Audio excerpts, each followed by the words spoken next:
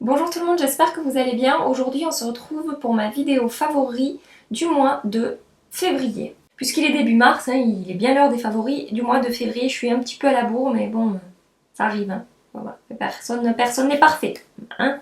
Comme d'habitude, j'ai un peu de produits soins et des produits make-up à vous présenter. Je vais commencer par les produits soins que je vais chercher tout de suite. J'ai deux produits à vous présenter. Tout d'abord, une huile que je vous ai déjà montrée dans un haul, mon dernier haul. Je vous mettrai le lien dans la barre d'infos. Il s'agit de l'huile démaquillante Dermalogica, la Pre-Cleanse. Je me suis servi de ça depuis que je l'ai acheté. C'est de l'huile qu'on en applique dans la paume de la main. On chauffe un peu tout ça. On s'applique ça sur le visage, on malaxe bien pour faire partir tous les résidus. On frotte aux endroits où c'est vraiment là où on a les pores dilatés, tout ça. Sur le mascara waterproof, il n'y a pas de souci, ça marche super bien.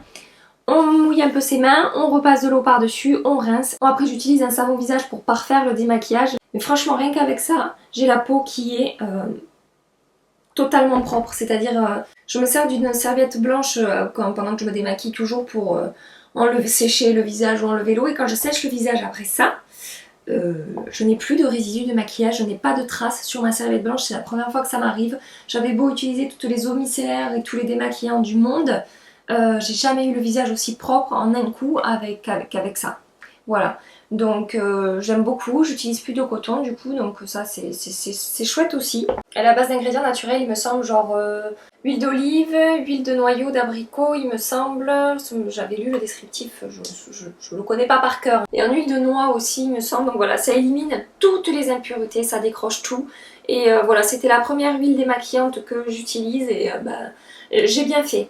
Hein, parce que ça marche très très bien. Ensuite j'ai un shampoing sec à vous présenter. Alors là c'est vraiment c'est la surprise du siècle. Hein.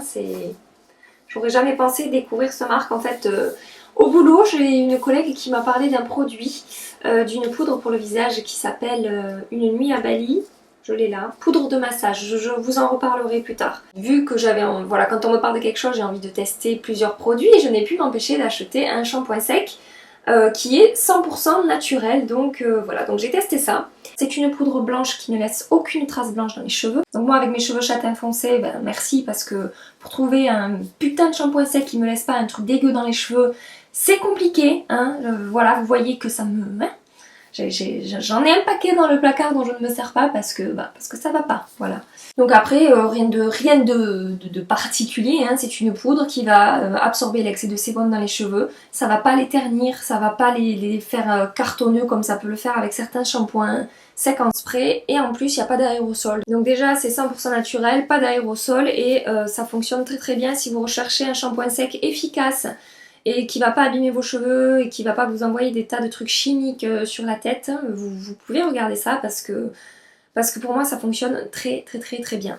Je vais maintenant passer au maquillage. J'ai des produits lèvres à vous présenter, donc des rouges à lèvres, hein, des produits lèvres. Tout d'abord, les petits derniers de chez Sephora. Je les avais jamais testés, ils avaient sorti une première vague il y a un petit moment de ça, et puis bête comme je suis, je m'étais dit bon Sephora qui sort des rouges à lèvres liquides, je suis pas ultra fan des produits Sephora, bon je teste pas.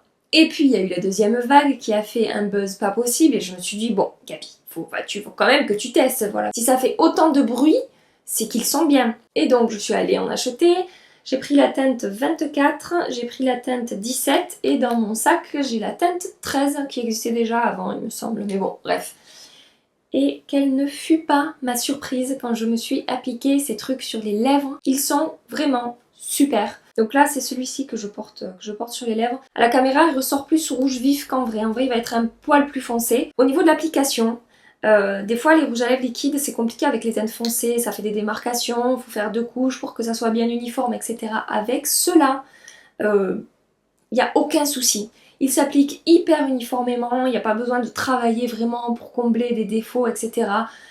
Le seul petit hic, je dirais, c'est l'applicateur en mousse des fois qui ne permet pas d'être super précis pour le contour des lèvres, mais ça c'est que mon avis. Hein. Et au niveau du confort et de la tenue, mais il n'y a rien à dire, c'est hyper confortable, on ne les sent pas sur les lèvres. En même temps, ça fait pas cet effet un peu cartonneux qu'on peut avoir des fois un peu papier sec quand on applique du rouge à lèvres liquide.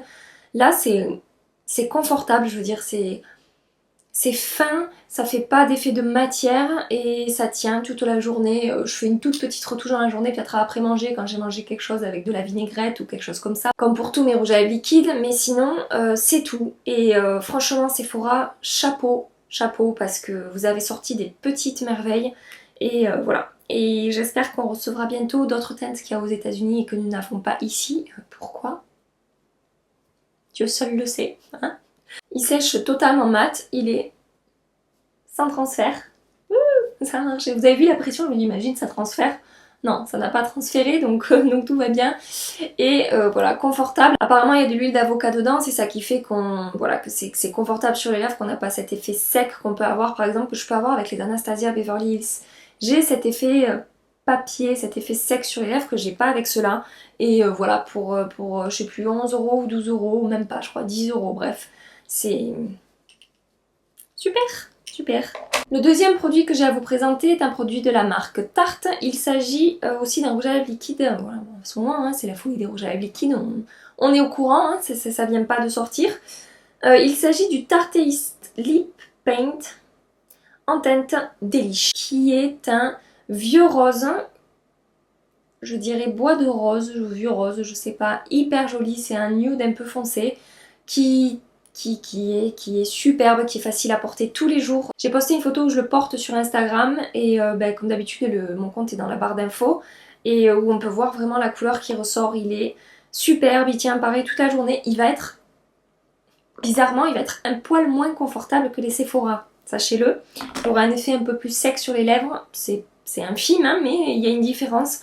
Mais voilà, c'est quand même un super rouge à lèvres et en fait c'est surtout la couleur que j'adore. C'est pas vraiment en soi le rouge à lèvres liquide qui est miraculeux, mais c'est la teinte qui est vraiment parfaite, qui va pour tous les jours, qui va avec tous les maquillages et que j'aime beaucoup, beaucoup. Donc disponible sur le site de chez Tarte. Je l'ai eu. Je l'ai eu. Puisque le site livre en France. De toute façon je vous mets le lien dans la barre d'infos, comme d'habitude. Ensuite, j'ai un produit de la marque Too Faced à vous présenter. Il s'agit de leur petit mascara. Enfin là, je dis petit parce que j'ai la version voyage, mais de leur mascara Better Than Sex. À la base, je n'ai pas du tout aimé ce mascara. La première fois que j'ai utilisé, j'ai trouvé que ça faisait vraiment pas grand chose à mes cils. Voilà, c'était pas top. Et il y a pas longtemps, j'ai fait un tutoriel avec... Enfin, il y a pas longtemps, il y a quelques semaines de ça maintenant. J'ai fait un tutoriel qu'avec des produits de la marque Too Faced et donc j'ai été amenée à le réutiliser puisque c'était le seul mascara de la marque que j'avais. C'est juste qu'en fait, il prend un peu plus de temps à travailler que d'autres mascaras que j'ai qui marchent très bien pour moi et le résultat a été assez bluffant. Donc déjà il est super noir donc ça fait vraiment bien ressortir les cils et en plus il me les allonge, il me fait du volume, il me fait enfin voilà de la densité et ça tient toute la journée. Donc voilà, vraiment c'est un super mascara et je vais me l'acheter en grand format puisque là il est en format voyage. Et je sais que voilà, pour moi c'est une découverte et il va se classer dans les meilleurs mascaras que j'ai. Donc vraiment c'est un super produit. J'ai deux palettes encore à vous présenter. La première, il s'agit de la Urban Decay Ultimate Basic. Je m'en suis servi quasiment tout le mois, donc pareil, je vous la présente plus, hein, ce sont que des fards mat. Je trouve que les couleurs ont vraiment bien été assorties. Il y a du rose, du violet, du gris.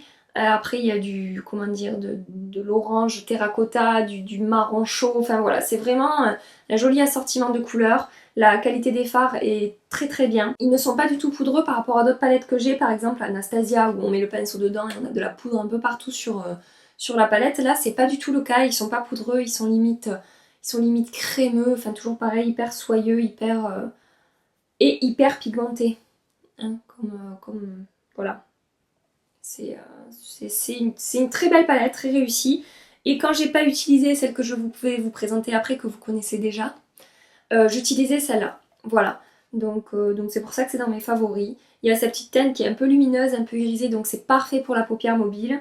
Et voilà, j'ai vraiment aimé utiliser cette palette ce mois-ci. Je pense que tout au long de l'année, ça va être une palette vers laquelle je me dirige quand j'ai envie de maquillage mat, parce que voilà, parce que la qualité et la couleur des fards sont top. Et le packaging, n'en parlons pas. Au niveau classe internationale, merci Urban Decay, elle est juste, je trouve, enfin moi j'adore ce packaging. Ce rose gold là, brillant, je trouve que c'est hyper... c'est à la fois girly mais en même temps c'est classe. C'est pas girly comme Too Faced, petit cœur, un bisounours, c'est plus, voilà, c'est plus classe, c'est plus élégant et j'aime beaucoup. Voilà. Et enfin le dernier produit favori que j'ai à vous présenter, c'est également une palette.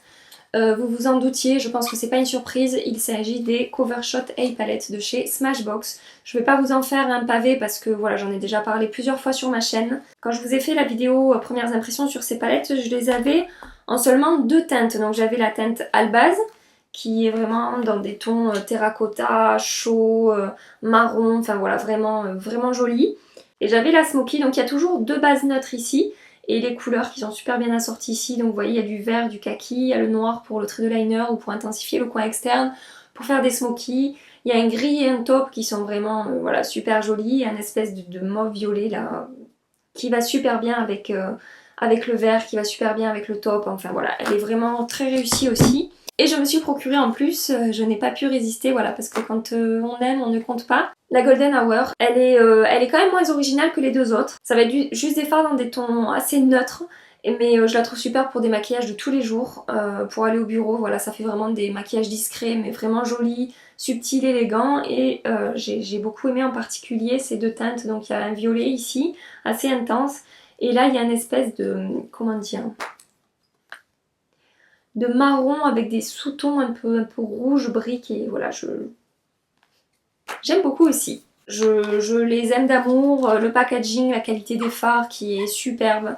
Ils sont faciles à travailler, ils sont hyper pigmentés, ils sont comme les fards de la Naked, ils sont limite crémeux, même si c'est des fards qui sont pas des fards crème, ils ont une matière vraiment onctueuse, soyeuse.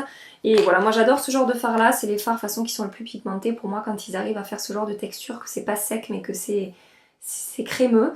Et du coup voilà. C'est vraiment avec ça que je me suis maquillée tout le mois et j'ai adoré le résultat. Et je vais continuer à m'en servir et s'il faut je vous présenterai pas de palette en mars parce que je me serais servi de nouveau que de ça. J'ai un flop à vous présenter, donc il s'agit du mascara de chez L'Oréal, le Fossil Superstar Fiber, que j'ai acheté il y a 3 semaines à peu près. Je l'ai essayé 4 ou 5 fois et voilà, j'en avais entendu du bien sur les réseaux sociaux, sur Instagram, sur YouTube, et puis je m'attendais à vraiment un truc qui rajoutait des fibres, qui faisait vraiment des longs cils, style fossile hein, comme ils disent.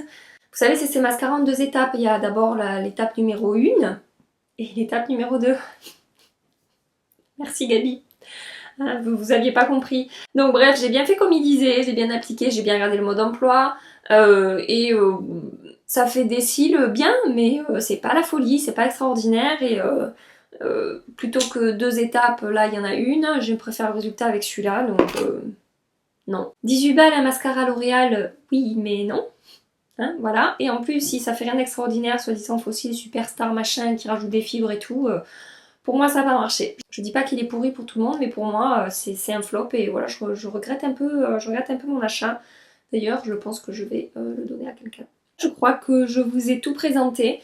J'ai d'autres produits, je sais qu'ils vont rentrer dans mes favoris, mais ça sera plutôt favoris du mois de mars parce que ça fait à peine une semaine que je les ai, donc je vous en reparlerai fin mars quand je les aurai vraiment bien testés, bien utilisés. J'espère que cette vidéo vous a plu, j'espère que ça vous a aidé, ça vous a guidé si vous êtes à la recherche de nouveaux make-up, ou voilà, si vous avez envie de découvrir de nouvelles choses. Sachez que ces produits-là, en tout cas pour moi, fonctionnent très bien. Je pense quand même que pour moi, mon plus gros coup de cœur, c'est les rouges à lèvres liquides sans transfert de chez Sephora. Voilà, que vraiment surprenant pour le prix et la qualité est top. Voilà, je ne vais pas revenir dessus. J'espère que vous avez passé un agréable petit moment avec moi. Si c'est le cas, je vous invite à liker ma vidéo et à vous abonner à ma chaîne si c'est pas déjà fait, si c'est déjà fait. Merci comme d'habitude de me suivre. En attendant une prochaine vidéo, je vous fais plein de bisous et je vous dis à très bientôt. Bye bye.